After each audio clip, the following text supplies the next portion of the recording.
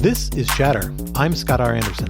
This week, authors Kelly and Zach Weinersmith on their book Exploring the Pros and Cons of Space Settlement, A City on Mars. The explicit purpose of settlements is to have families and generations living in space. And so you're going to be getting exposed to radiation, from the moment you are an egg in your mom's body all the way through to the end of your life. And that's a lot of time to be exposed to radiation.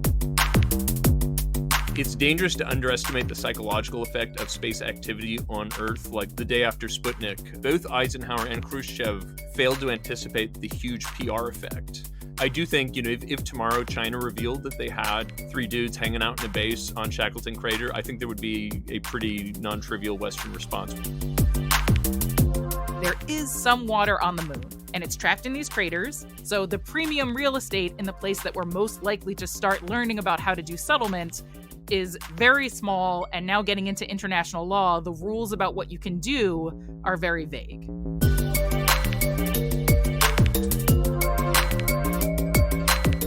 Kelly and Zach, we're thrilled to have you here on Chatter today to talk about this very interesting book that combines science and cartoons and the law and outer space and many of my favorite things. And the law part is kind of a surprise. Like, this is a law book in substantial part. At least the last third or half is about international law in particular. As I was reading and I read an excerpt from the Montevideo Convention of 1933, I think I swooned briefly because this is the sort of stuff that I love and spend a lot of time on, to the exclusion of most international lawyers even. So I'm really excited that you all dug deep into it in the space context. But let me start a little bit with you all. How did you all are an interesting couple to be working on this book and this topic together in this way. It's a book that deals with very serious and heavy and complicated topics, but with a light voice and with cartoons scattered along the way. How did you all end up working together and on these sorts of projects? This being, I think, your second book together, right? Yeah, so Zach is a cartoonist, and being funny and dorky is sort of his trade. But he also is a big nerd and reads a lot about physics and math and stuff like that. And I'm a parasitologist and an ecologist, so I study parasites and their effects on wild animals. But we both really like researching lots of different things. And we decided we were going to write a book together about emerging technology because it was an excuse to learn about that topic. So we wrote this book called Soonish, and 2 of the 10 technologies that we dealt with related to space. And after writing those 2 chapters, we thought to ourselves, space settlement might be coming kind of soon. The cost of launching stuff to space is going down really quickly. And, as far as we can tell from the pop science stuff we've been reading, we know how to keep humans alive in space. What's holding us back is that it's just too expensive to send all of that equipment up there.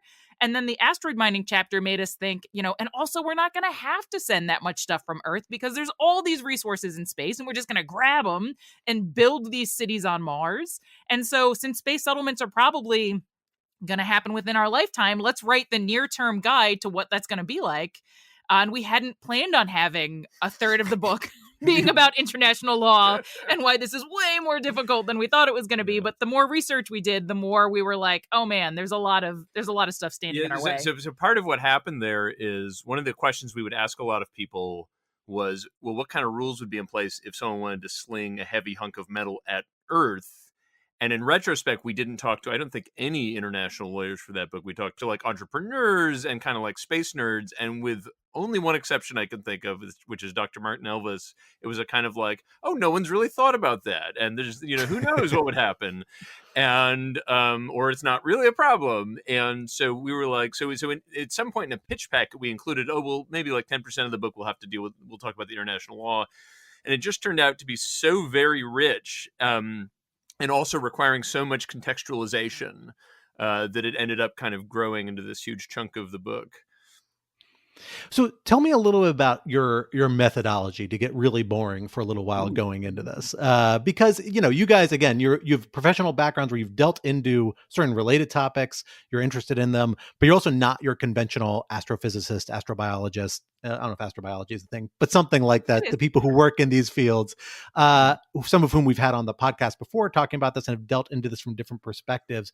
How did you orient yourself to this topic, which it's worth noting, there's like a big community of people out there in the private sector and academia who have spent a lot of time thinking about this. So how did you approach orienting yourself in this field, in this area, to bring together what is a pretty comprehensive book that tackles it from scientific angles, legal angles, sociological, political angles? Who did you talk to? How did you go about finding out who to talk to?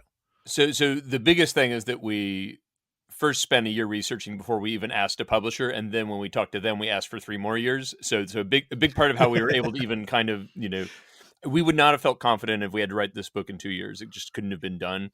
I'm writing down the name of your publisher so that I can make a note that if I need a patient publisher, that's a good person to reach out to. See, we're lucky because we have like I'm a cartoonist and Kelly's a scientist, so we don't need to write the book to eat. So like the book is a thing we love doing, but so we were in a position to be able to say, look, we can't. And so our view is essentially for any one of these fields. If you started this book as a planetary scientist, that would have given you about 10% of this book. But then you would have had to research other stuff. Or if you were like an expert in space law, that would have given you maybe 20% of this book, but you would have still had to learn all this other stuff. So the one nice thing is because it was an overview of so many fields, there wasn't exactly anyone who was already doing this. So we had a little bit of an advantage there. But you said we'd get boring, so we could talk about process, which because this was a big part change of the book. It's an important part of it.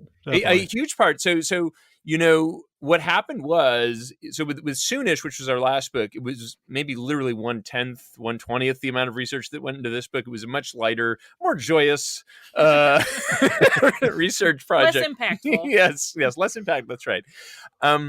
But so for that, we essentially just kind of divided and conquered. Like, oh, you go research this one thing and write it up, and we'll fiddle with each other's writing, but that's it. But this was so huge, we had to engage in division of labor, which happened maybe a year and a half in, where we realized, okay, roughly. So we both researched, but our joke was like, I can read very quickly with 80% recall, whereas Kelly reads very slowly with 100% accuracy. And so I would do a lot more ranging. Like I read a lot of like astronaut memoirs, a lot of old future casting books about space, and also some in-depth research, but like to make sure we were right and talking about the right things and representing the arguments properly. That was Kelly's like deep dive.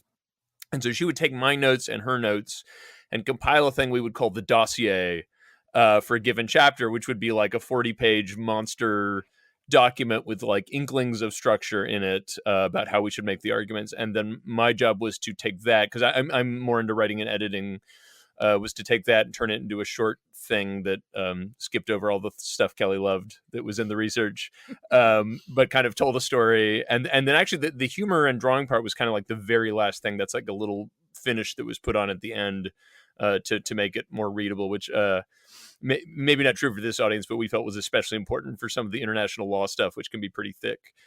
So yeah, it was a very involved process.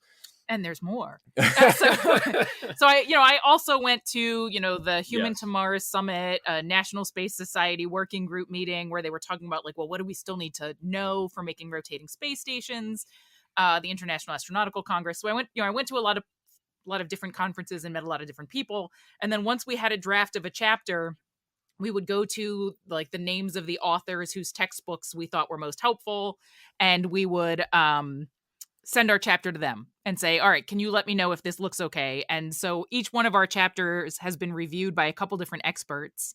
And then we'd, make edits, or if we needed, we'd get on a Zoom call to get some more information from them. And then we also had general readers who we didn't think knew any of this stuff to read it over to tell us where we were maybe getting something wrong, or were not explaining something very well. And then the very last thing, when we thought the book was done, I went through every single sentence and found a reference for every single sentence that wasn't a joke, and used that to make the bibliography to make sure we were getting it right.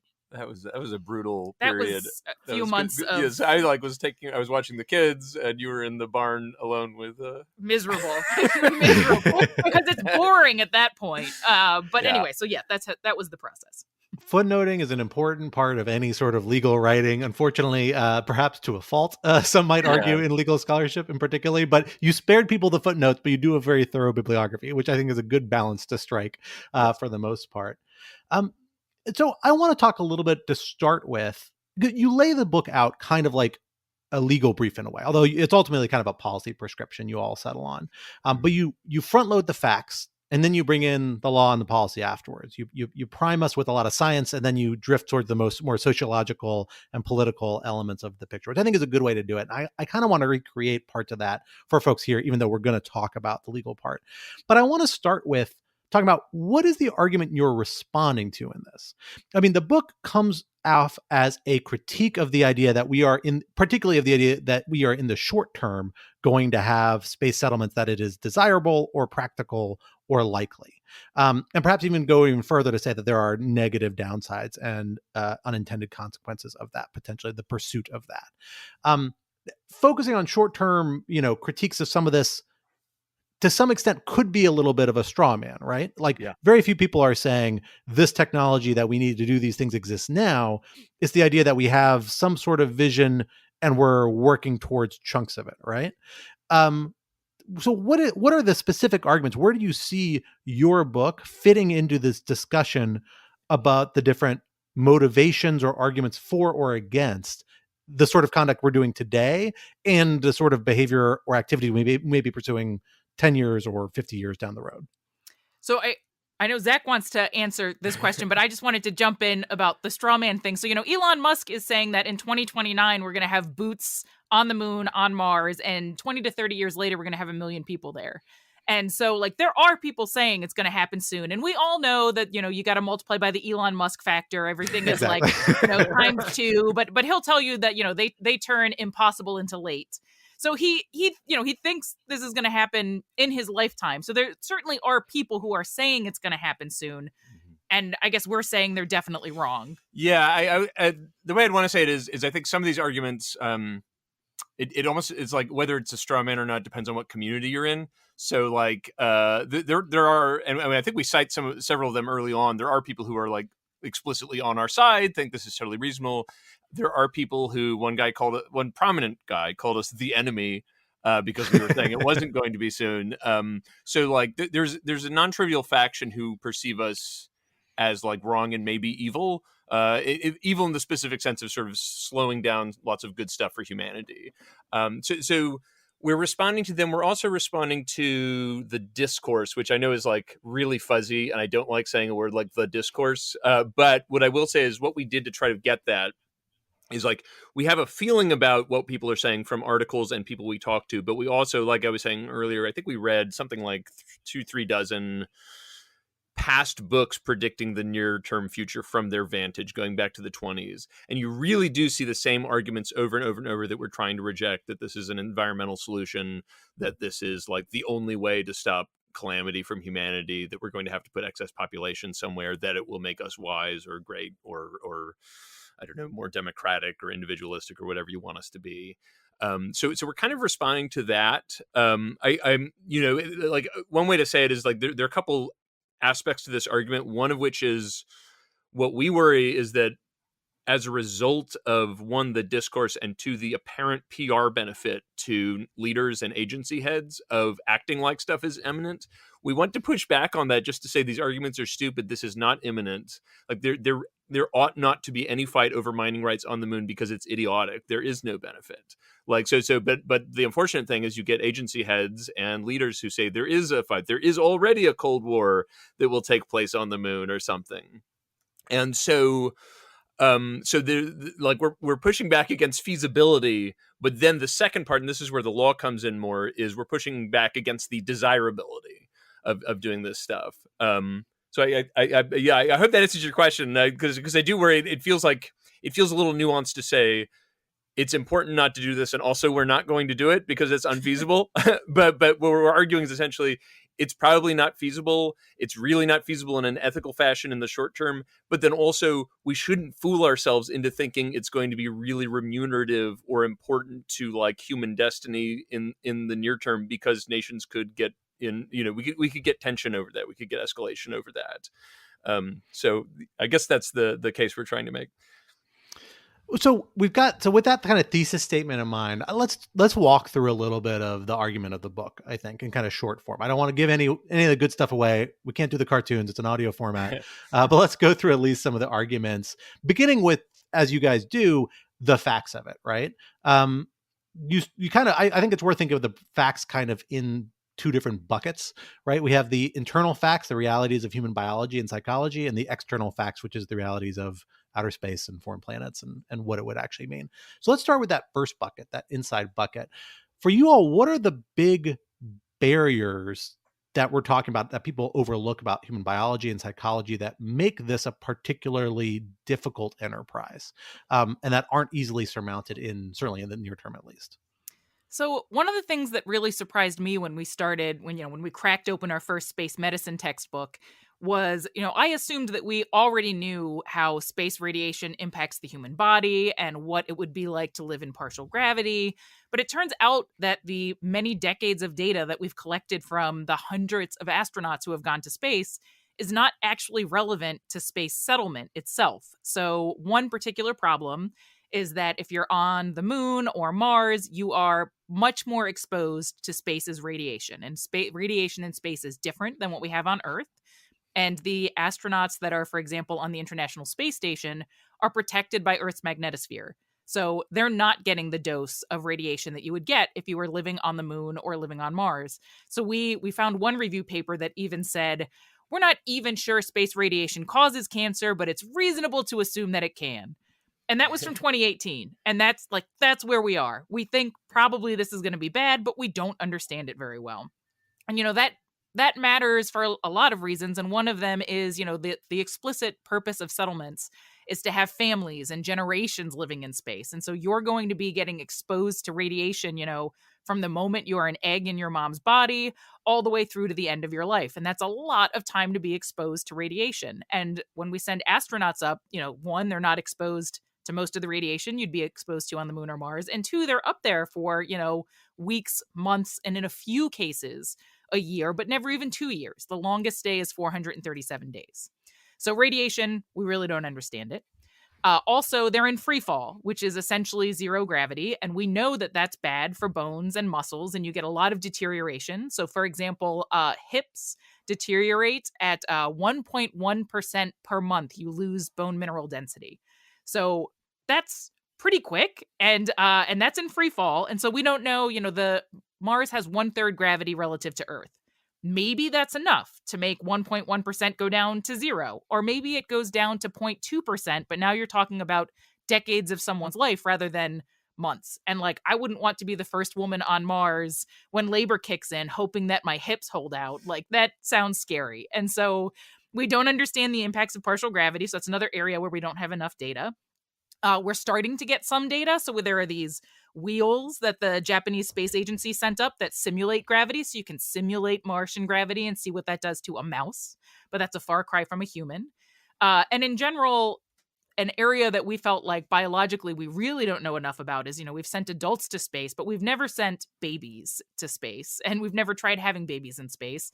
And to us, it ends up feeling unethical, all of these unknowns that could happen, and then maybe you're going to have a baby in space and things are going to go horribly wrong. And a lot of people just sort of don't talk about what that might be like on Mars, but the people who do talk about it say very uncomfortable things like, look, we're going to have to handle the fact that probably this isn't going to go well initially. There's going to be some problems, and everybody's going to have to be working so hard to keep the settlement going that maybe we're just going to have to we're going to have to change our threshold for what we call valuable human life.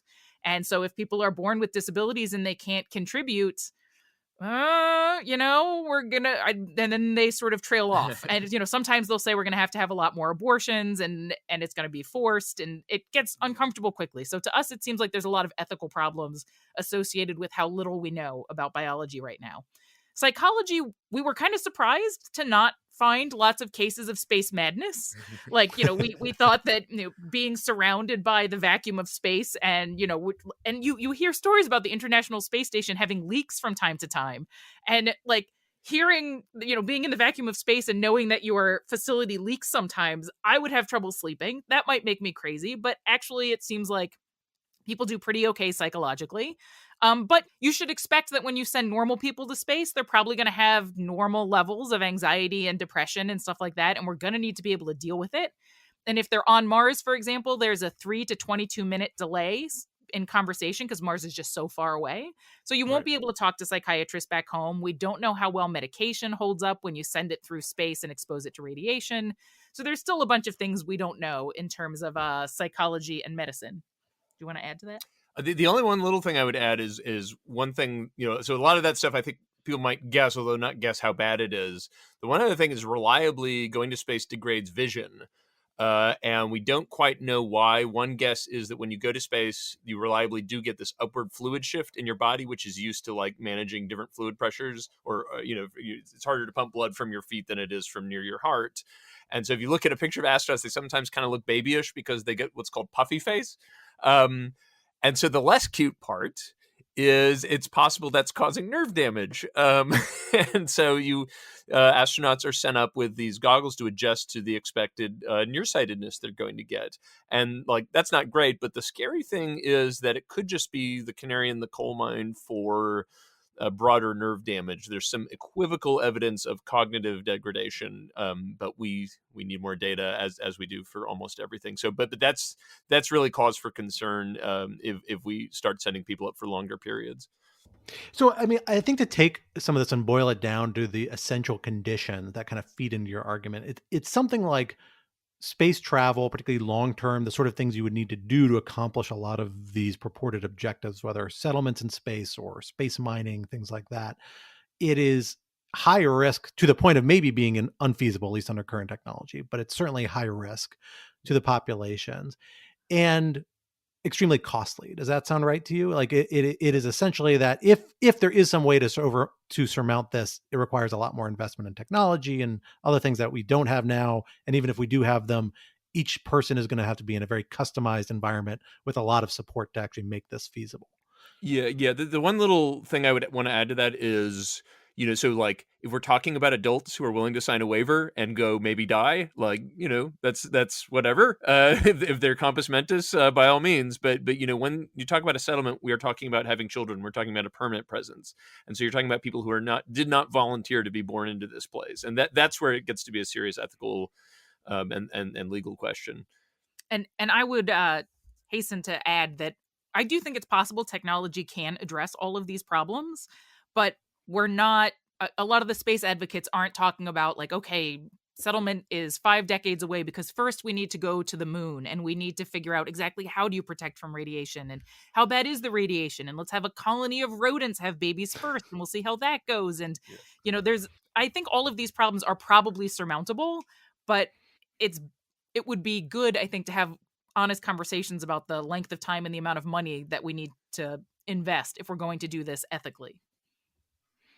So we covered the internal bucket. Let's talk about the external bucket. This is the most fun part of your book, except for the law part, which I'll get to, except when you talk about the Montevideo Convention, which I'll get to in a little bit, which is my legit favorite part. I love spending time reading about the different ways people think we could live in outer space and different environments. I'm kind of obsessed with the idea of cloud cities in Venus. It's my personal obsession. The gravity is great. The temperature is great. But give us a tour of the neighborhood. All right. We're on Redfin. We're house hunting. Yeah. Give us a sense of the big places that, we're talking about and what the feasibility / desirability of those are. Yes. So the first thing to realize is that although space is big, the actual places where you might go are quite limited.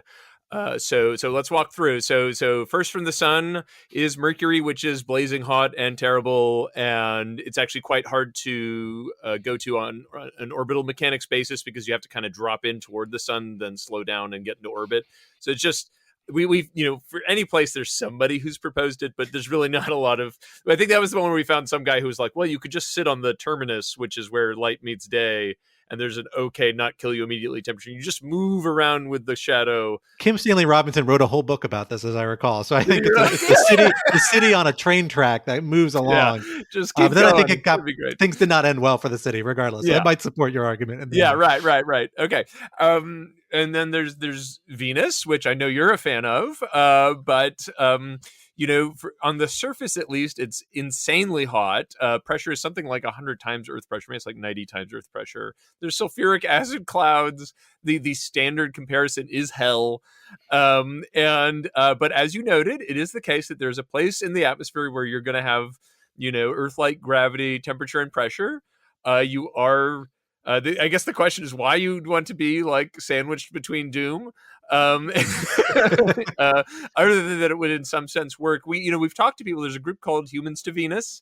They're in favor of Venus basically because I think the least implausible thing, and we just think the Venus thing is not on, but the least implausible version is that gravity thing. If maybe you can't live on Mars or the moon, and we don't want to build these giant rotating space stations, which are an option we'll get to, then maybe living above the sulfuric acid clouds is not so bad of an option.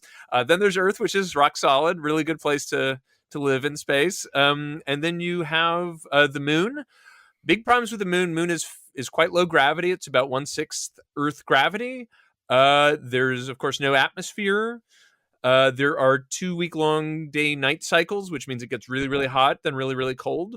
The surface is what's called regolith. If you want to imagine, it looks like dust, but if you put it under a microscope, it looks like eeny-weeny knives. It's really bad, probably bad for lungs, equipment, other stuff. There's reasonably good evidence for that. Also, since we can get a little nerdy, the moon is carbon poor. We are carbon-based life. The stuff we like to eat is carbon-based. It's you literally can't grow it. For people who don't remember high school physics, you can't just get carbon. You would have to bring it from somewhere, from asteroids or from Earth. That makes it really hard to imagine a long-term, permanent, self-sustaining settlement. And so the moon is actually usually talked of as a launch platform because of that low gravity and atmosphere. If you could get a facility there, but that's tough. And that basically leaves Mars. Some people want to put a place in the asteroid belt, but not usually. That's probably not serious. We can get into why. But that leaves Mars. Mars, about 40% Earth gravity, Earth-like days, about 24-hour days, has all the elements you want. There's no carbon poorness. In fact, there's a very thin carbon dioxide atmosphere, which means carbon and oxygen. And humans like oxygen. If you supply hydrogen, you can generate water, air, and fuel.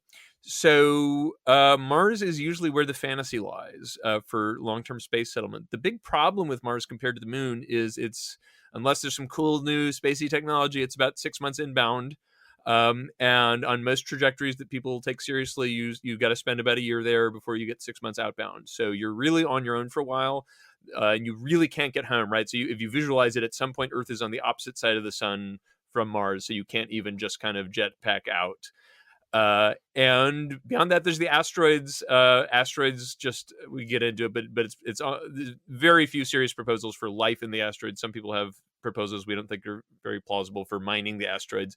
Beyond that, you're talking about gas planets. You can't even land on them. There's no surface to land on, and anyway, you would die. And then even further out, there's ice. But they're moons. Yes, and there are moons of Saturn and Jupiter. Sometimes people talk about Titan or Enceladus, but honestly, the arguments are kind of bizarre sometimes. Like people will be like, on Titan, there's a methane atmosphere, and methane, you can burn it. So that's great. And you're like, we don't usually talk about, speaking of going on Zillow or whatever, you don't usually talk about things this way. Well, Enceladus you can fly, right? Because the atmosphere I think it's thick. Titan you can fly. Yeah. So and Enceladus you could dig down through a core of ice, and maybe there's some warm salt water. So that's nice. We never talk about things on Earth this way. And obviously beyond the asteroid belt, you're talking a really long time to get there. And so that is it. There's not a good place, right? There's which places like maybe you can do this. And usually the locus of those hopes is Mars. But you got to talk about the rotating space. Yeah, right. Anyway. I'm sorry. Yeah, can't leave Lagrange points need to come up at least once. Absolutely. Okay, I'm sorry. Properly. So the one other proposal, which goes back to the 1920s, but was really elucidated in the 1970s by Gerard K. O'Neill is the big name here, but there were others. And the idea is you put some big rotating object, it can be a sphere, a torus, a cylinder, and you put it in space somewhere. A Lagrange point, for people who don't know, is just a point where your spaceship would sit in a stable relation to celestial objects, which is nice. So you don't drift off into a bad situation. You don't want to go into the sun, you don't want to fly towards Earth or any of that. You're basically stable. And the question is how you build this, because there's not any mass sitting there. Usual proposals, Gerard K. O'Neill, for example, favored putting a mass driver on the moon. And if you want to visualize a mass driver, imagine a maglev train, right? A train that floats above little magnets, only it goes up and the track just ends. And you sort of shoot payloads up that track. They go into space. You can imagine a sort of giant metal catcher's mitt that gets them. And then some vast access to solar energy creates a furnace, and you are able to, by some means, often unspecified, convert just big hunks of mass into all the stuff you need. Other proposals would get that mass from the asteroid belt, but by some means, you just need a huge quantity, millions of tons of just stuff. So you can build these structures. If you've ever seen a lovely drawing of like a Tuscan village on the rim of a giant space wheel, that comes from this era. It was known at the time to be ludicrous. You can't have those big, gorgeous open windows because of the radiation. Also, maybe getting kind of nauseous watching your ship rotate once a minute or whatever it's going to be. And the main argument, so a lot of people are in favor of this. Often the arguments are a little silly, frankly. People will say, you could completely control the weather and climate, which we already do on Earth in greenhouses. But the one plausible case we say is basically if microgravity turns out to be, or microgravity or low gravity, like of Mars or the Moon, turns out to be a showstopper, meaning, say, children can't develop there or humans eventually get major medical problems there, then you have to have some alternative. So if you can't have babies, maybe you have a rotating spawning station or something that you go to. But basically, the way I like to say it is, if it's the case that we really need these rotating stations, you're basically just declaring space settlement is really, really, really, really hard, harder than the really hard we already thought it was going to be on Mars. But one of the things I love about these conversations is that you'll say that to a space settlement advocate and they'll be like, no, there's a kind of technology that will solve that. So for example, when we say, oh, we're going to have to live in rotating space stations if the gravity on Mars isn't enough, they'll say, well, you can put banked racetracks in there and that can simulate gravity. And of course, these proposals also have you underground, because underground you're protected from radiation and from your habitat being punctured by micrometeorites and stuff like that. And so like, the farther you get into these conversations, you're underground, living on banked racetracks, and all the like technological details add up and it gets more and more complicated. Yes. So there are solutions to a lot of these things, but at some point, every part of your life needs to be like managed by technology in a complicated way that we haven't figured out yet, and it gets infeasible. Yes. Let me zoom in on one part of this that I think is most relevant to the contemporary policy debates. And that's the moon and kind of like prime real estate on the moon.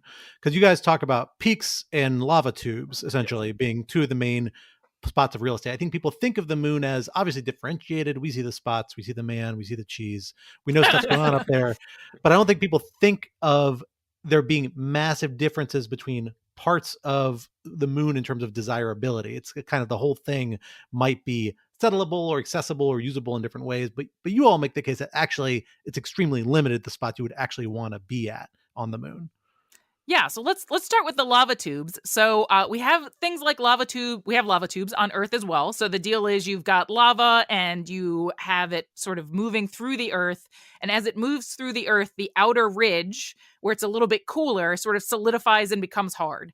And when the lava finishes moving through, you're left with essentially a tube with a hard exterior and a hard bottom that usually doesn't collapse, usually. And so you get these also on the moon and Mars, and they tend to be much bigger than the ones that you find on Earth.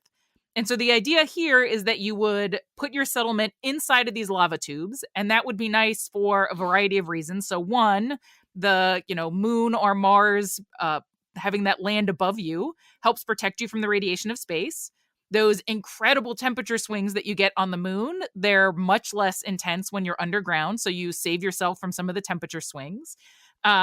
Anything, the moon is constantly being impacted by things from space, and now that's hitting the top of your lava tube instead of hitting your habitats, and that's nice.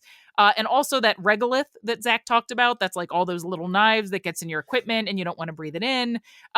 It's all just like hard and solidified, so you don't have that regolith to deal with.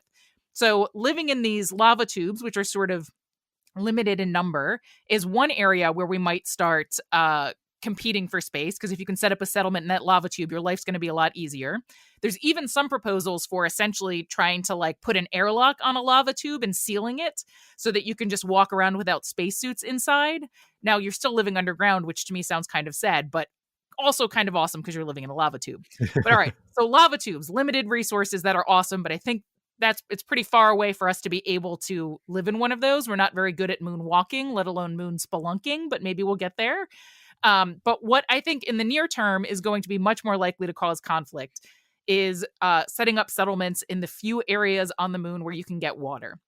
So the deal is on the poles, there are areas where you have these craters, and in the inside of the crater, there's water that's been trapped over geological time, and it's frozen.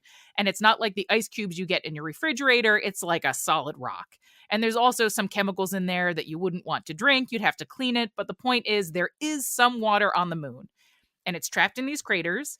And if you think about a crater and how the sun is hitting it, if it's at the top of the moon, the sun sort of glances off the top of the crater. So the rims actually get a lot of sunlight. So Zach mentioned that the night on the moon is as long as 14 Earth days. So that's a long time to go without solar power. So you're going to need something like nuclear reactors, but that gets complicated. A lot of proposals would really like to have solar power, but unless you're going to have infinite battery banks, it becomes hard if you got to go 2 weeks without any light. So if you're on the rim, you can put solar panels up there, and these are called the peaks of eternal light, but they're more like the peaks of almost eternal light because it's like 86 to 90% of the time they get light. So your solar panels are doing much better here. And inside the crater, you get water. And I think the peaks of eternal light make up something like 1/100th of a billionth of the lunar area. So it's very small, a very small area where you can set up these solar panels, and it could very easily be occupied by a nation or a company. And so these very best areas have very small surface areas and are probably the places where we're going to go first.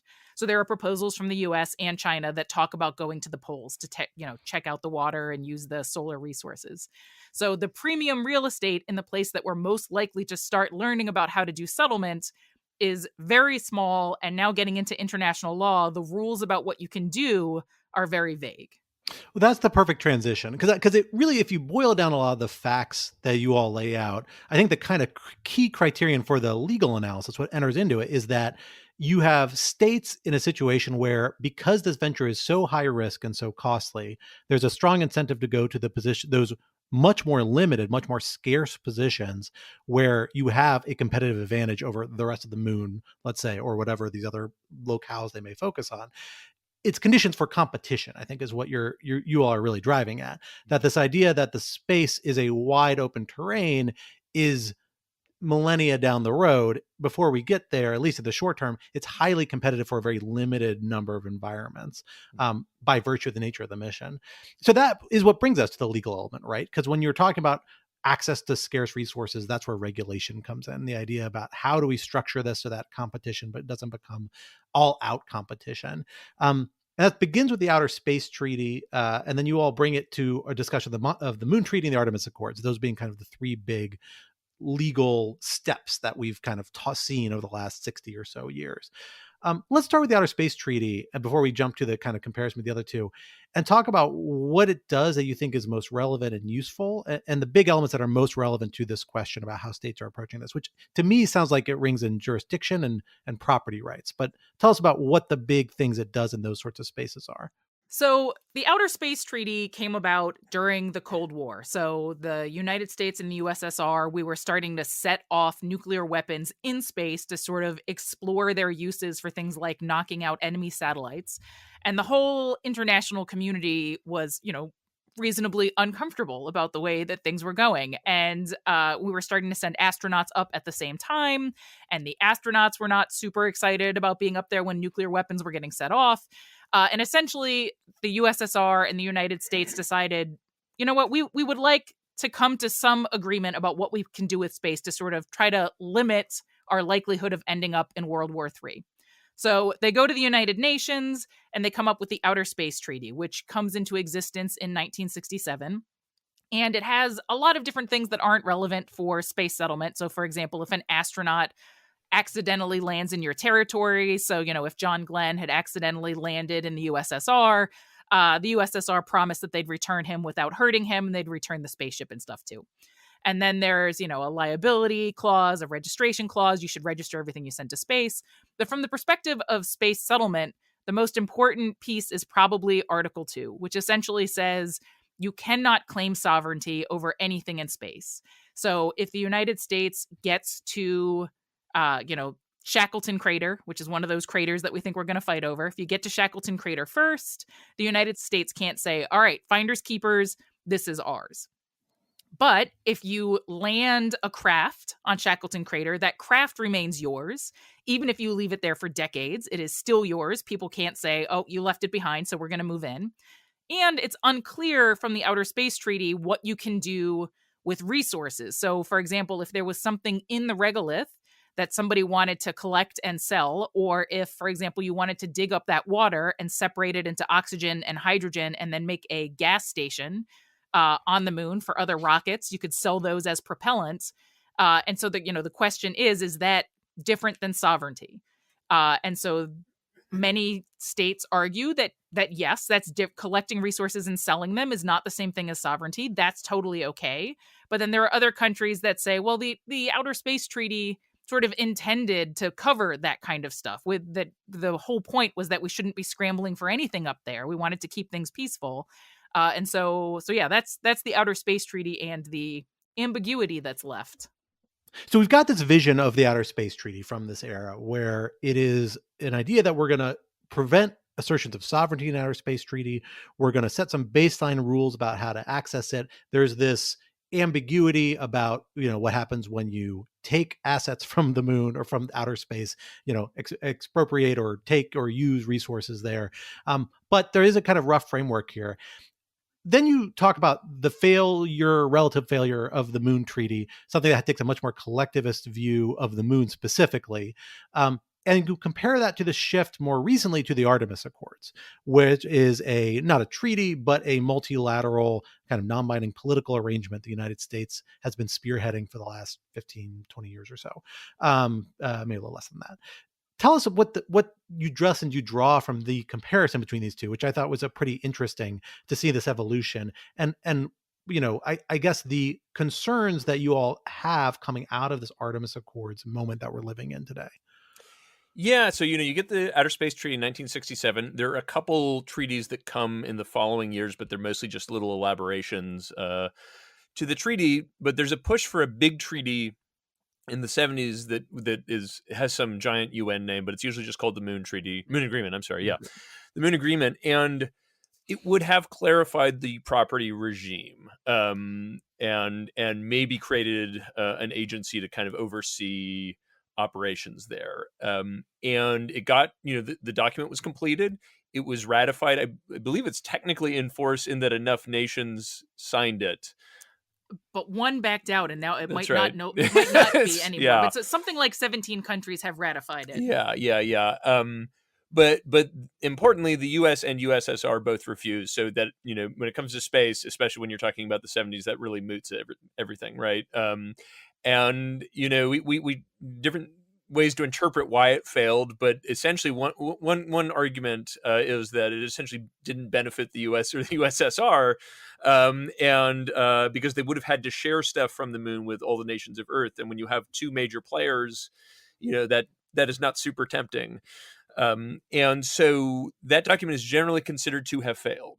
One of the problems was that it wasn't clear how things would be shared, so it said something to the effect of, when it appears that resource extraction will become feasible, then we'll come up with this international body which will govern it, and then they'll figure out the rules. And so, for example, the US was saying, well, that is a horrible way to incentivize going out and using resources and selling them, because, who's going to invest when they don't even know what the rules are going to be when they finally extract the resources? They won't know what % of the profits they'll be able to keep or anything like that. So there was some concern about what would happen and how vague it was. Yeah, right. So basically, it's one of these things where there are a lot of parties to it. My understanding, it was the U.S. diplomats were willing to sign off on it, but when it got back to Congress, it was like, no, this is socialist stuff. This is bad for us. We're not doing this. And so it's basically a dud. And then thereafter, that's 1979, and we don't get there. Legal scholars would say there was space law in the sense of, that we use the word law for international law, in that there were like resolutions and the culture evolved and this and that, but there wasn't another big treaty. And now it's, one of the things I really like to note is part of that may be because there are just more countries now. High decolonization was from 1945 to 1975. The number of countries multiplied by something like 6.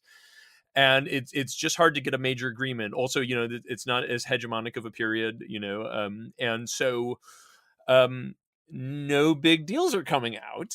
The U.S. basically believes this more in libertarian interpretation, this idea that you can get resources as much as you want. And China and Russia are a little iffy on that. And then just very recently, I think in 2020, the U.S. comes out with the Artemis Accords. And this is a document that clarifies essentially the U.S. position.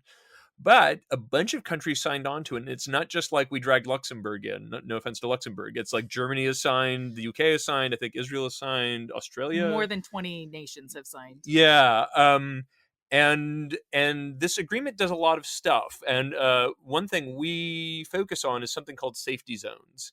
And the idea of a safety zone, it's totally scientifically plausible. It's that if you have a base on the moon, someone else shouldn't just be doing stuff around there. It could be dangerous for you and for them. To give an example, if you have a moon base, the moon has a patina of this dangerous regolith dust. If someone lands near your base, they're going to kick up a ton of it, great distance, and it could hurt you. So it's reasonable to say bases should have safety zones.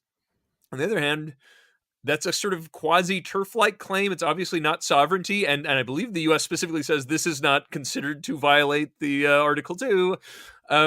But it sure is a little weird. And given that we also don't know how big the radius of the safety zone is, and given how small the premium real estate is on the moon, you could get into a kind of scary situation. Now we've said we don't believe there's actual valuable resources on the moon. There's valuable science and cool stuff. But if nations believe there are and they can make these turfy claims, then it gets a little scary. And so the safety zones are important, but also, the United States has clarified that our interpretation is that it is okay to extract and sell resources. Yes. Maybe the Outer Space Treaty, other countries can debate, but in 2015, Obama signed the Space Competitiveness Act, and in 2020, Donald Trump released an executive order, and both of those documents said it is our interpretation that it is not claiming sovereignty if you extract and sell resources. This is maybe the only thing those two political parties have agreed on in a really long time. But it does seem to be that Americans across the board, our interpretation is that it's okay to do that. And I think China probably has a similar interpretation because they talk about having a cislunar economy. But they haven't signed the Artemis Accords. I think they can't because of the Wolf Amendment and some U.S. laws about not being able to collaborate with China. You've got two major space powers that seem to be on board with extracting and selling resources, and maybe this is becoming customary law. Well, you won't have customary law until you have some practice, probably. But anyway, more countries seem to be signing on to this interpretation.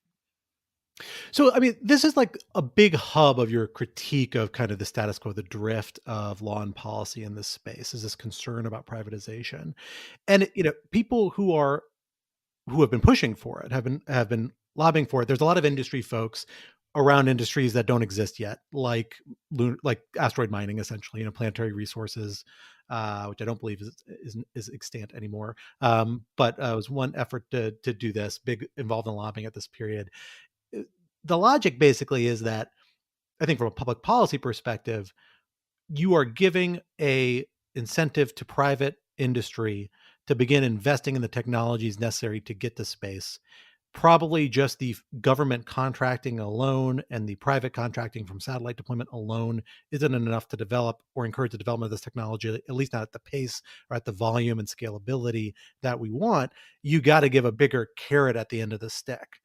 And that is this resource acquisition of some sort. I guess my question is, what is the biggest source of concern for that? Because, a big part of your argument, again, is that these things probably aren't going to be that feasible in the near term. And regulation, the cycle of regulation in evolution of American and international law tends to be limited regulation, and then it ramps up as economic activity increases, right? And you see externalities. So given that we're like pretty far out from this being a real outcome, what are the real risks of it that you see? Or is it more of a long-term risk if this isn't adjusted as we get closer to actually doing these things? Yeah, I think that's a good point. We one book we really like is Dark Skies by Daniel Dudney, who's like an international relations guy, but who is just like a huge space nerd. And like us, there's a certain segment of the community that now despises him. And not that you despise him, that you are despised. Oh, did I say that? No, we are despised like Dudney. We share in being despised. That's I'm sorry. Right, yes, that's right. yes. Yeah, no, we like Daniel. Oh a lot. boy. Yeah. Thank you for clarifying. Yeah. So his argument was essentially, you know, that his concern as like an international relations liberal is that it just leads to escalating tension. So one way to say it would be, you know, the well, I was going to say first space race, but I think the only space race, you know, the one from the 60s, is essentially a race to do a thing anywhere on the moon, right? So there's no kind of zero-sum quality to it. It's just do the thing. If you're talking about these quasi-turf-like things, I guess the scary thing is you get some escalation of tension on Earth if you get U.S. or Chinese parties wanting to occupy nearby or the same space. And I agree. I don't see it like sort of like, you know, if the U.S. had a base tomorrow claiming some huge chunk, I don't think like tomorrow you get nuclear war. But I also think it's dangerous to underestimate the psychological effect of space activity on Earth. Like one of the stories that gets told a lot is how the day after Sputnik, you know, the first satellite in 1957, both Eisenhower and Khrushchev failed to anticipate the huge PR effect that was going to happen. So, I do think, you know, if tomorrow China revealed that they had like 3 dudes hanging out in a base on Shackleton Crater, I think there would be a pretty non-trivial Western response. What it would be, I don't know. But that's why we're, as boring people, would like there to just be some sort of entity that says, can we make this boring? Well, let's talk about that entity and that boring, right? Because that's the solution you all kind of settle on. And this is the part where all my international lawyer genes, and I am a big international law fan. Sadly, like this is the part where I come up very skeptical of. But in part, I think because of weird parallels to your skepticism of the science of this. Yeah. But is an international legal regime? Talk to me about us about what you all are envisioning when you say that and some of the models. I think you draw on 2 good historical models for what you're talking about. Yeah, so I've been really looking forward to this part of the conversation because we listened to you review the book on another podcast, and you said, "Oh, I'm not quite as optimistic," and I was like, "Oh, I want to know why." So anyway, I'm looking forward to that, to hearing more of your thought. But so the 2 parallels that we draw are how Antarctica is managed and how the deep seabed is managed. So around World War II, there were 7 nations that already had claims on like pizza wedge shaped slices of Antarctica. And things were starting to heat up. Some shots were fired, but there was 15% that was unclaimed, and the USSR and the US hadn't claimed any chunks. And part of why they hadn't claimed anything was because they didn't necessarily want to kick off World War III over the frost-laden crap bag that is Antarctica. Like, it's horrible. Am I allowed to say that on your show? Yeah. Yep, absolutely. No worries. Okay. All right. So around that time, the nations start to be willing to have some conversations about what we're going to do about this. And you come up with the Antarctic Treaty System. And so I think it was 61 when this comes into reality or comes into being. And so the deal is the nations that already have claims, they agree to just sort of not talk about it for a while. Like, so you end up with a situation where claims had already been made, but you can still step back from the precipice and not get into like debates and war over it. But these claims still exist. Nobody has to say that they don't have these claims anymore. But it's important to note that there are also overlapping claims. So like there's an area claimed by the UK, Chile, and Argentina. So it's like it's potentially a problem if people are not willing to just ignore or, you know, relax, or however you want to say it about these claims. Yeah, so this has become a place where you're allowed to set up research bases, and they can be just about anywhere, but no one's allowed to make any new claims, and we agree to just not talk about the old ones. And the CRAMRA, Convention on the Resource, I always forget the acronyms. There was a time when people were starting to talk about, okay, we now have the technology to start extracting resources from Antarctica. let's start doing that. And so when they started talking about doing that, environmentalists started getting involved. Jacques Cousteau in particular was like, no, we shouldn't be, ruining this pristine habitat. And eventually all of the players got together and they agreed, okay, for 50 years, there's going to be a moratorium on not just resource extraction, but even looking to see where the good stuff is. We're all just going to cool it and focus on science. And so here's a situation where there were overlapping claims and people were able to back up and come up with a peaceful system. And yes, we decided we weren't going to extract resources, which from some perspectives is a tragedy. You could lift, the more resources, we could be making money. We could be lifting people out of poverty, blah, blah, blah. Like, it's, we're not accessing those resources. That's sad. But on the other hand, we have peace, and that's pretty solid. And science, which is also pretty solid. And so then you have the United Nations Convention on the Law of the Sea. And what's relevant to our conversation here is the deep seabed.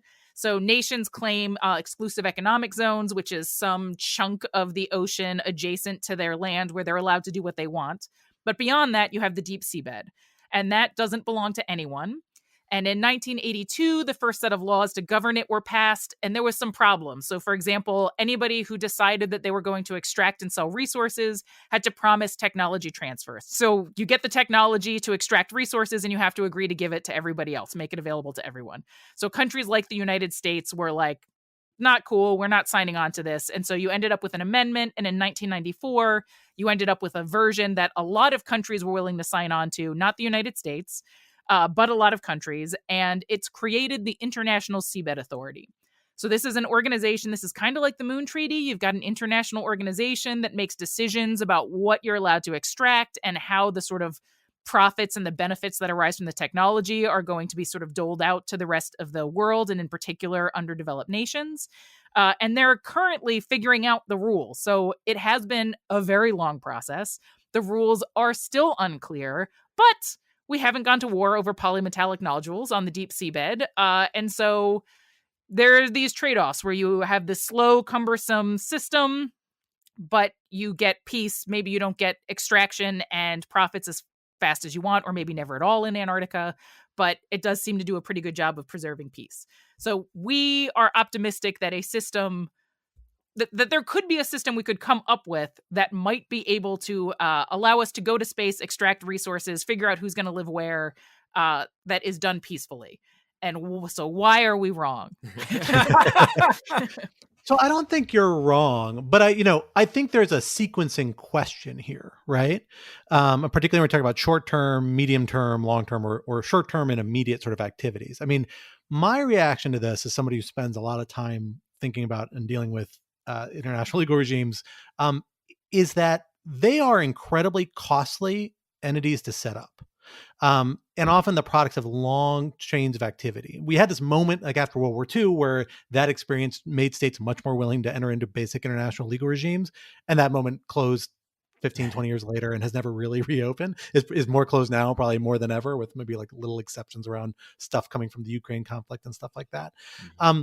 And so like my instinct is to say, hoping to have this set up ex ante isn't really the way any of these legal regimes immediately developed. You had the incentive for states to spend their scarce resource of political effort and time and resources. They became worthwhile doing there because there became desirable activities to do in the space and a cause for competition, which in turn became a source of concern for competition, right? You need to have some sort of critical mass of activity and understanding before states get to the point, particularly these days, to arrive at one of these international legal regimes. So that's my reservation, is that I'm not sure this vision is mutually exclusive from what we see now. Mm-hmm. Now, if the Artemis Accords was all that was to ever exist, that would be a problem.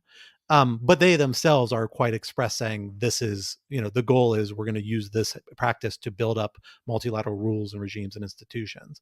And so I'm not sure, in part precisely because I completely agree with some of the scientific challenges of actually doing any of this at any serious scale that will even rival the relative scarcity of real estate on the moon in the near term, that I'm not sure we're at a crisis moment where this activity poses the sorts of threats that would preempt international legal regime being effective later, if that makes sense. I don't think we disagree. I think what we're saying is we think this would be good, but whether it's feasible is a tougher question. One thing we saw over and over from space law scholars there would almost inevitably be a paragraph that was like, if you got the legal regime worked out in advance, it could save a lot of trouble later. I don't know that it's ever happened, but it was the view that actually, you talk about scarce resources, you could probably save some scarce resources by just everybody agreeing to something. But of course, part of what happens in practice is you find out what you actually needed to regulate. So obviously that matters. The one other thing I would add, and again, we don't think like war is like going to happen tomorrow or anything like that. But that, and for reasons that are kind of hard to explain, maybe have to do with like science fiction or something, people do think about stuff happening in space in a way that's different from how they think about the seabed. I think if you found out tomorrow that Russia had put a little base on the bottom of the ocean, you'd be like, neato, and then you'd change the channel. Somehow, the way I want to say it, which is maybe a little cynical, is that the public has just historically always overestimated the importance of space to national power, and that politicians have always been willing to use that in a cynical manner to push things they want. We are skeptical of the economic case. Part of why we want an international seabed-like framework is that it would leave open the door to economic activity if we're totally wrong. But I do worry it's worth noting, for example, that like agency funding for NASA gets like over $20 billion. I don't know what the oceanographic NOAA gets, but I think it's substantially less. So there is something a little distinct about space.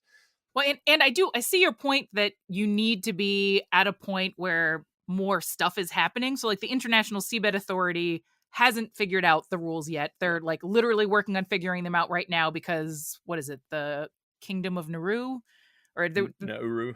That there is a small country that said we're teamed up with the company. We are ready to extract.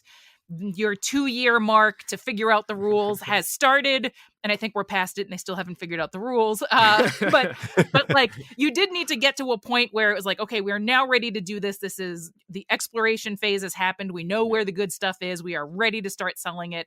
But people started thinking about it, in 1982, 1984, and it's sort of been like, gaining momentum as things go. And so, I don't think it's the end of the world if we don't have a plan in place by the time Artemis lands humans on the moon again. But I think that once we start setting up, bases on the best parts of the moon, it would be really nice if there was like a place where we could say like, all right, the US gets Shackleton Crater and China's going to be cool about it because they get, this other crater or something. And it would be nice to have a system like that that is done peacefully. So I think we're in a good degree of agreement then on this. Here's what I will say. I will never be one to put international lawyers out of business. So NASA, you should call us up and start talking about this. Because I think thinking about this and doing the sort of creative thinking you all do in this book is a really necessary step and something you want to do decades in advance for tackling some of these issues. Not just these issues, but the much further out legal issues that begin to be raised when you start talking about actual space settlement and, Mars colonies and things like that, which I feel like we would not do the listener justice if we did not touch on those further out legal issues as well, which you spend some time on in the book, which is a lot of fun. And this is where the Montevideo Convention finally comes in. I've mentioned it like 5 times, so let's talk about it. Yay. Let's talk about space states.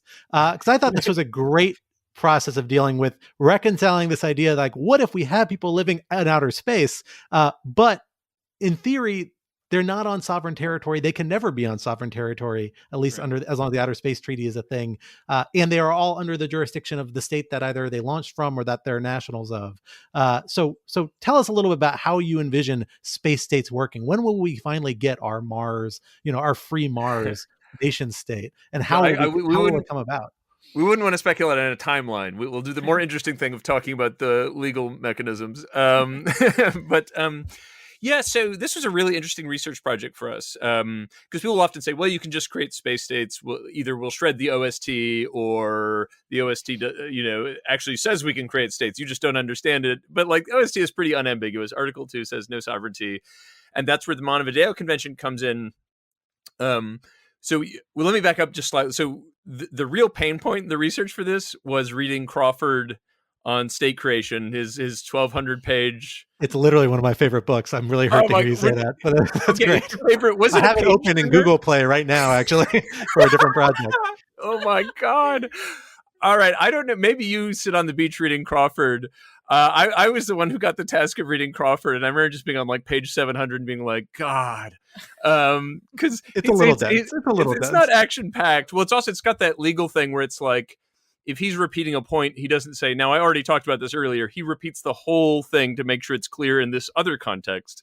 But anyway, so that was like, I think that's from 2005. So it was our sort of defining document for this section, but we did try to like, see what's new in this field. But everyone I talked to was like, you have to read Crawford. It's just the deal. And, and I guess that was joy for you. It was it was all right. So this is where the Montevideo Convention comes up, which is was it 1933? There's a document I think initially only meant to apply to the Americas, but sort of in that way international law works, ultimately becomes the kind of standard for what is a nation. And for our purposes, the relevant criterion is that a nation has territory, right? So even if it's eeny weeny territory like the Vatican City or Monaco or whatever, it's got physical territory.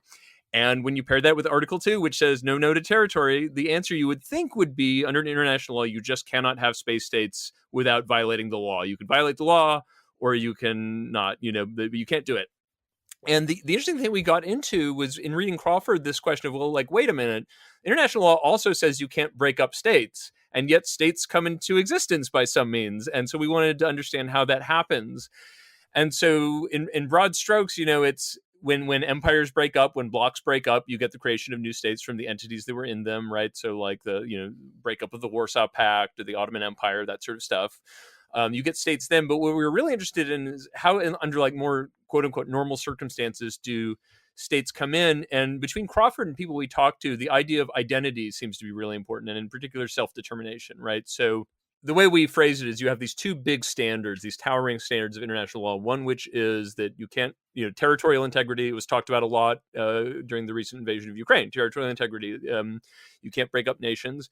But then there's this other thing called self-determination, which is a people, meaning like Japanese people or Jewish people or Quebecois people have a right to have a say in their own governance. That doesn't mean they get a territory. It just means they can't be like super oppressed where they are, right? So the major case, you probably remember the name of it, is the one in Quebec. There's this big case in Canada. And the reason it's considered international law, we were told, is essentially because they got really good scholars, and it's been referenced since. And basically the finding, and again, it's much more nuanced, but for our purposes, the basic finding is Quebecois people, do not obviously have a right to secede from Canada, because like if you're Quebecois, you can run for office and you can vote, and it's not like being a Jew in Germany in 1938 or like being maybe you would say a Native American over many centuries on this continent. It's just not the same, and therefore you don't have that right. But there have been cases where that right has been invoked, and things that wouldn't normally be totally cool under international law, and this is where space comes in, things that wouldn't normally be allowed are considered to be acceptable. So we use the case of Bangladesh, which I guess is kind of the classic case of this, where Bangladesh is not only breaks off from Pakistan, but very quickly is recognized by the international community as a legit state, because the word, we are not historians of this, so I'm very uncomfortable using with what language we want to use, but the word genocide was used in that context by scholars. So it was considered that those people had a right to their own state. And so what we essentially say is, under international law, you can't create a sovereign country in space. And it is important to note that no one has ever created a state out of a commons to our knowledge. So it would be new, but you could get a condition, you can imagine it, and this is where it gets a little science fiction-y, but where self-determination was allowed to be invoked by some means to allow people, say on Mars, to claim a territory for their own protection. Yeah, I mean, so that if you're living on Mars and you're still part of you're still essentially a United States citizen because your ancestors launched from the US, you probably can't actually be part of government. Like, you can't participate in debates in live time because there's at least a 3-minute delay, maybe a 22-minute delay. And so you could argue that you don't really have representation in government, and the people back home don't know what you're going through, and you've sort of culturally changed so much that they just don't understand what you're going through. So you could argue that your self-determination is not being realized because you can't participate in the process because you're so far away. And so then the question is, would that rise to the level where you are allowed to now claim a state?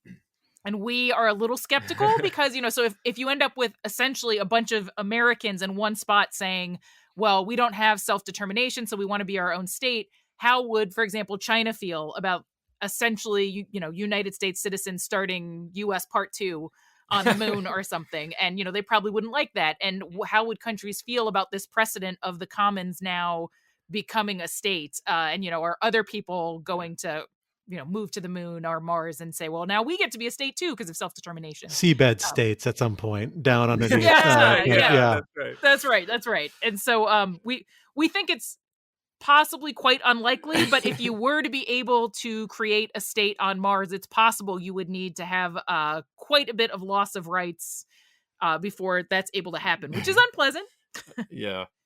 It's a really interesting question. I think it really raises this question, frankly, in my mind, of the role territory plays in a environment like a commons as being an essential component of state, and maybe self-determination, a concept which really has come into its fore since the Montevideo Convention and those kind of standards were laid out, like has begun to maybe even supplant it in these hypotheticals where what are the values we're really serving.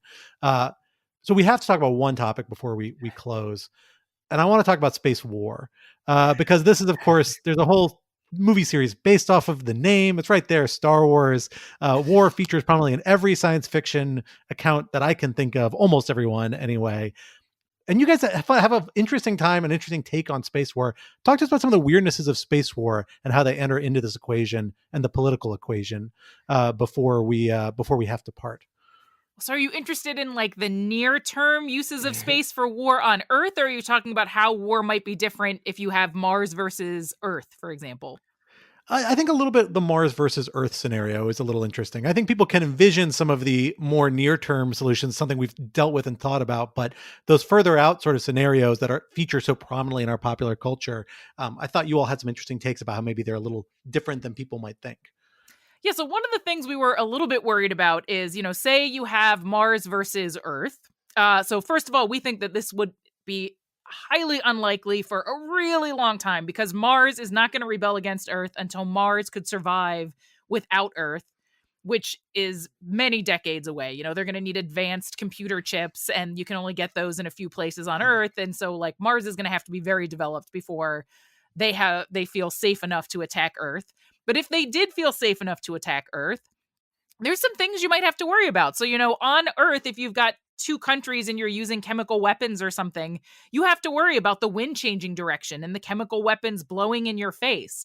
If you release a biological weapon, you have to worry that it's going to spread to your country and your people are going to get it also. If you set off a nuclear bomb and it's a big enough explosion, you got to, your people aren't going to be happy about nuclear winter either. And so to some extent, sharing this bubble with the people that you're angry at might mitigate some of the uses of these more extreme kinds of weapons of war.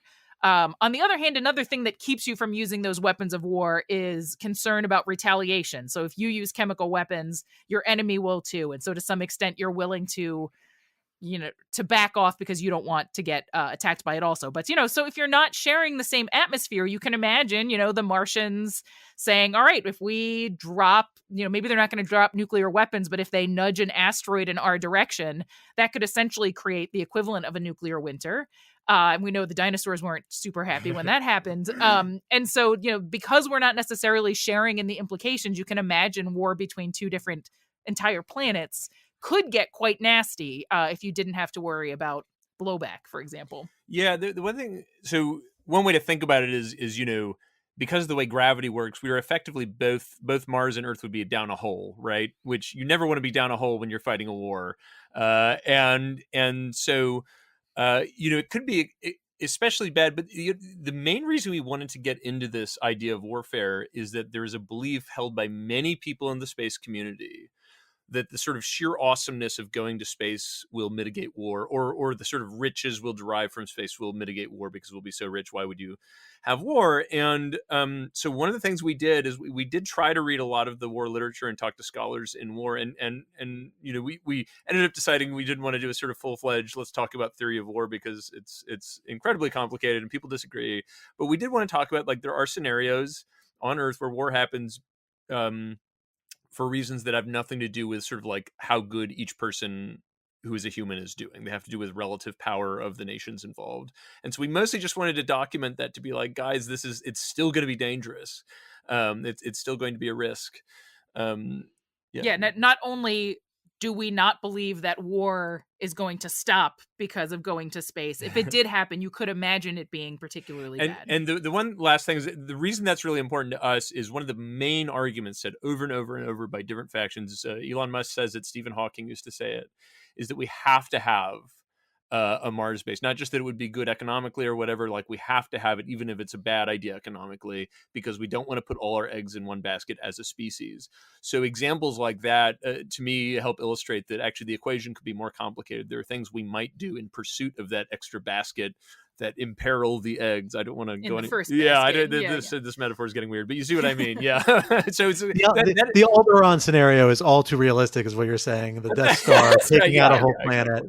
Exactly. No, totally fair. Well, so we're coming to the end of our time together. So I want to bring this together with like a kind of a vision for folks, because you will close the book noting a thread you have from the outset, which is that you're not inherently hostile to the idea of space settlement. You came to this project thinking this is something real and desirable and wanting to look at it, and you've just kind of become more skeptical of it. So, you talk a little bit about some of the arguments that you find might be persuasive for pursuing at least certain types of human space exploration, I'll say, whether it's settlement or at least, enhanced travel to outer space. And what are those arguments that you find persuasive, and what would they lead to in terms of a positive vision of space exploration and perhaps settlement in the future? Where do you think that lead in the near term, and then perhaps beyond that? Well, so one of the arguments when we started researching the book that we found the most compelling was that it's awesome and no one has a right to stop you from doing this awesome thing. And over the course of researching the book, we still felt like it was awesome, but we felt like the risks that could be incurred on Earth, for example, starting a new space race with two nuclear powers, the US and China, meant that it's awesome, but people have a right to slow you down because there are potentially implications for other people. So that argument kind of fell on its face. But we still find this Plan B argument compelling, this argument that it would be nice to have a backup of humans somewhere in case something happens to Earth. But one of the main points we make in the book is that you can't have a self-sustaining Mars settlement for a really long time. It's just going to be too hard. You're not going to have enough humans. You're not going to have enough technology. And as Zach just said, you need to make sure that creating your Plan B planet doesn't destroy the planet back home. So if the best argument is that we need a Plan B, then to us, that really argues that you need to think very carefully about how you do this. And you need to worry about the law. You need to worry about the biology. You need to worry about the ethics. And so we sort of end the book on a roadmap of, here are some things that we think need more work if we want to try to make this long-term Plan B thing happen. And we need to all accept that it's going to take a long time. And so let's just sort of work on slowly trying to do it and do it the right way.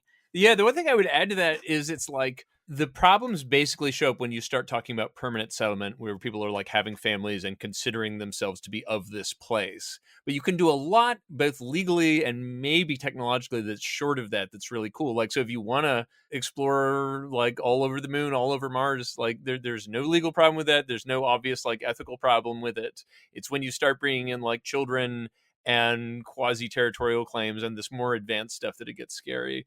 And then what we try to close on is this idea that like there is a lot of development that needs to be done technologically, but also in terms of international law. And it's all kind of awesome, right? So it's like, it's seconded wholeheartedly. Yeah, this is my retirement plan. So please, I'm all on board. I'd be curious to ask you. So one thing we thought about, just, we were completely naive to international law. And so we ended up, reading these textbooks and really trying to dig into it. And I wondered why, maybe you could answer this, why more young people aren't interested in international law? Because it's like one of the few places where you can maybe have a real impact by just doing scholarship. An impact for generations. Yeah, like you the could be the future of humans in space. You could be the Grotius of space. That could be you, children.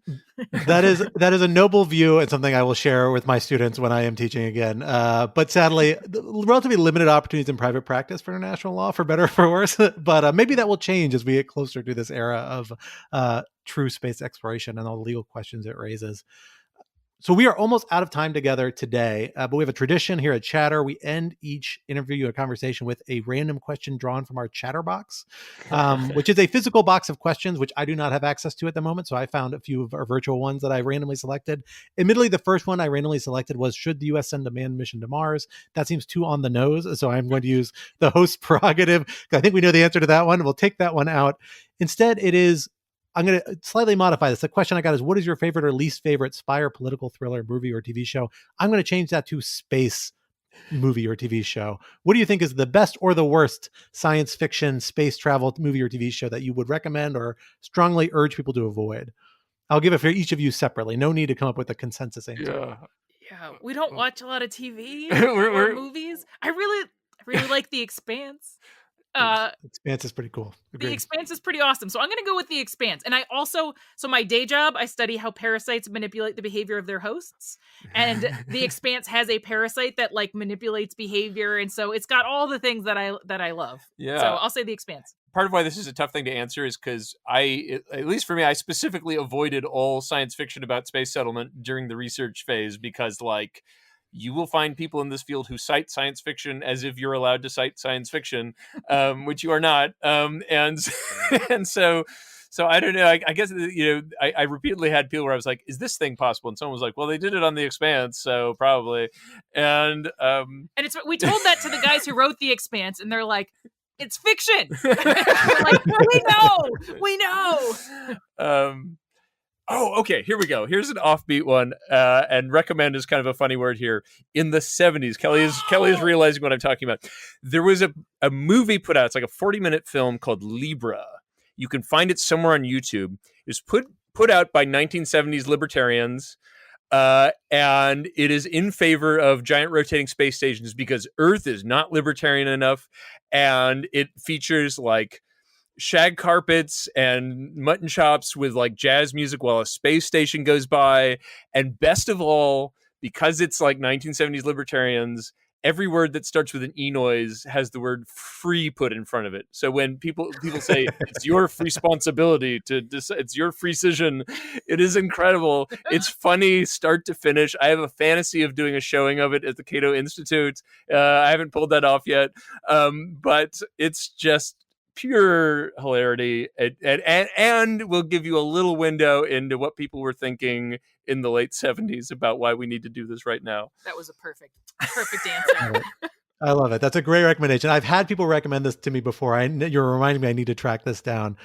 I will say, if you've been avoiding science fiction for a while, just because I've said it on my other podcast numerous times, you should check out For All Mankind. It is, I think, the show that wrestles with a lot of this stuff that you guys are wrestling with. It's a great synergy with the book. So I recommend. I'd be curious to hear about your critiques of some of it.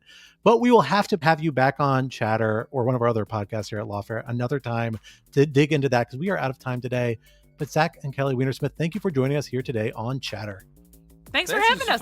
This was we did not get enough chances to talk about space law in our other interviews. We are so excited. Thank you.